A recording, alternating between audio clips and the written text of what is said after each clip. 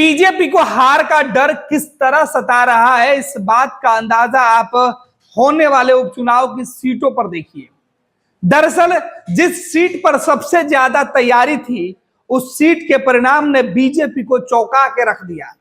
लोकसभा चुनाव में जिस सीट पर सबसे ज्यादा उम्मीदें, जिस एक सीट से पूरे देश में जीतने की लहर थी, एक सीट से जहां दुनिया के अंदर जीतने की पूरी तैयारी बीजेपी ने कर रखी थी, उसी सीट से जो हार मिली, उसके बाद बीजेपी उस हार से अब तक उबर नहीं पाई है।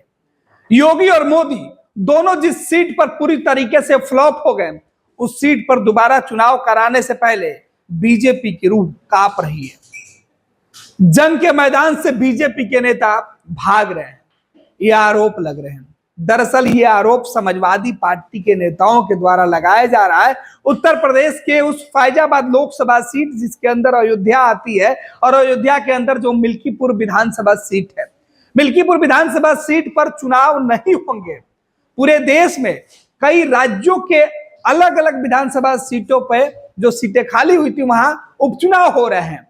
लेकिन जिस सीट पर सबसे ज्यादा तैयारी थी योगी आदित्यनाथ और मोदी जी की, प्रधानमंत्री नरेंद्र मोदी जी की, उस सीट पर तो चुनाव ही नहीं होगा। उत्तर प्रदेश की 10 विधानसभा की सीट पर चुनाव होनी है, लेकिन इलेक्शन कमीशन ने कहा कि 10 नहीं 9 सीट पर चुनाव होगी, एक सीट पर चुनाव नहीं होगा। कारण यह बताया जा रहा है कि पूरा मामला कोर्ट में लंबित है।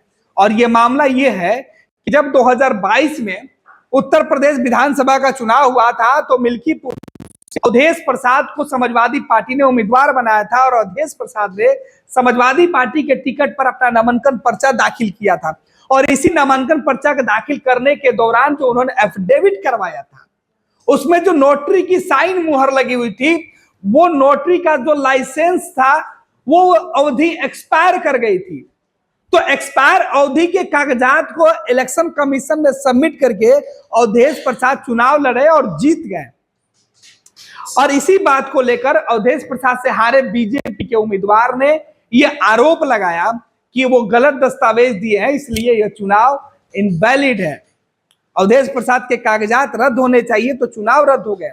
इस बीच अवधेश विधायक से सीधे सांसद बन गए।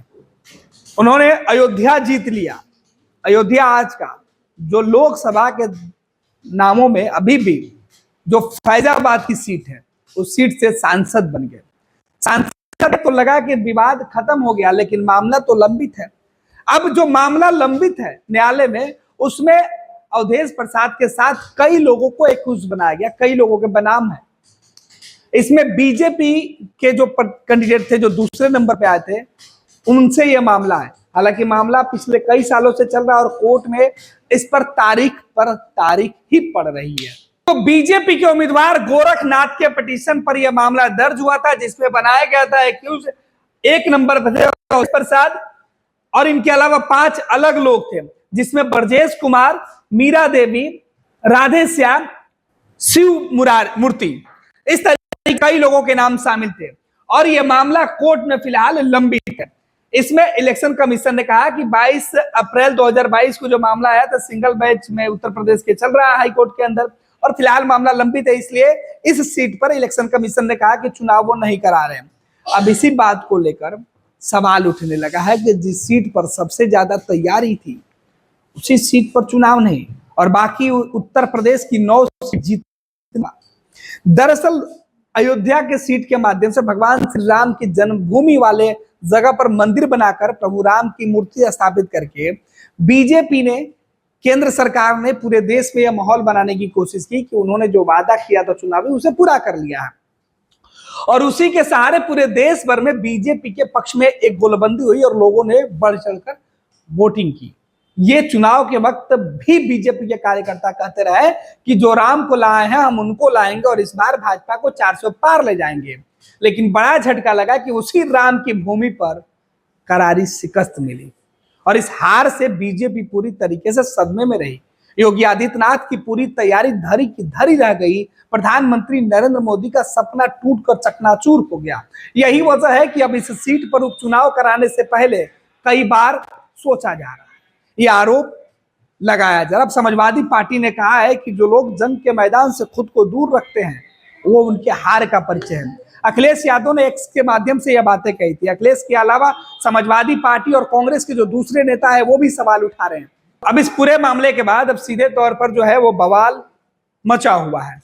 अब उत्तर प्रदेश की एक सीट पर चुनाव हो नहीं हो, इससे बाकी 9 सीटों पर बहुत अंतर नहीं पड़ता है, लेकिन समाजवादी पार्टी और योगी आदित्यनाथ के साथ बीजेपी इसी राड़ में पड़ी हुई है कि आखिर 9 सीटों पर चुनाव संपन्न हो सकता है तो एक सीट पर क्यों नहीं।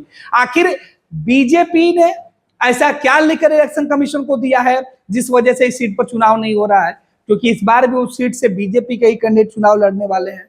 इधर गोरखनाथ की पिटीशन का मामला हाईकोर्ट में है।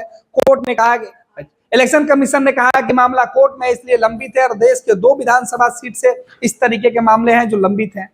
अब देखना है कि जिसकी सबसे ज्यादा तैयारी थी वहां चुनाव नहीं तो नतीजे इस तरीके से होंगे।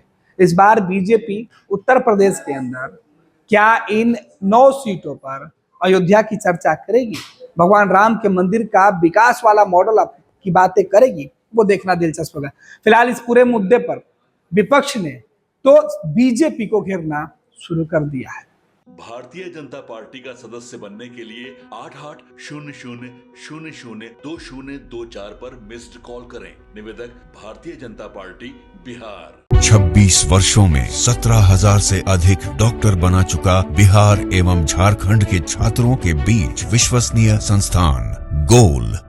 26 वर्षों में 17,000 से अधिक डॉक्टर बना चुका बिहार एवं झारखंड के छात्रों एवं अभिभावकों के बीच सर्वाधिक विश्वसनीय एवं लोकप्रिय संस्थान गोल, नेशंस लीडिंग इंस्टीट्यूट। हमारा विश्वास गोल के साथ।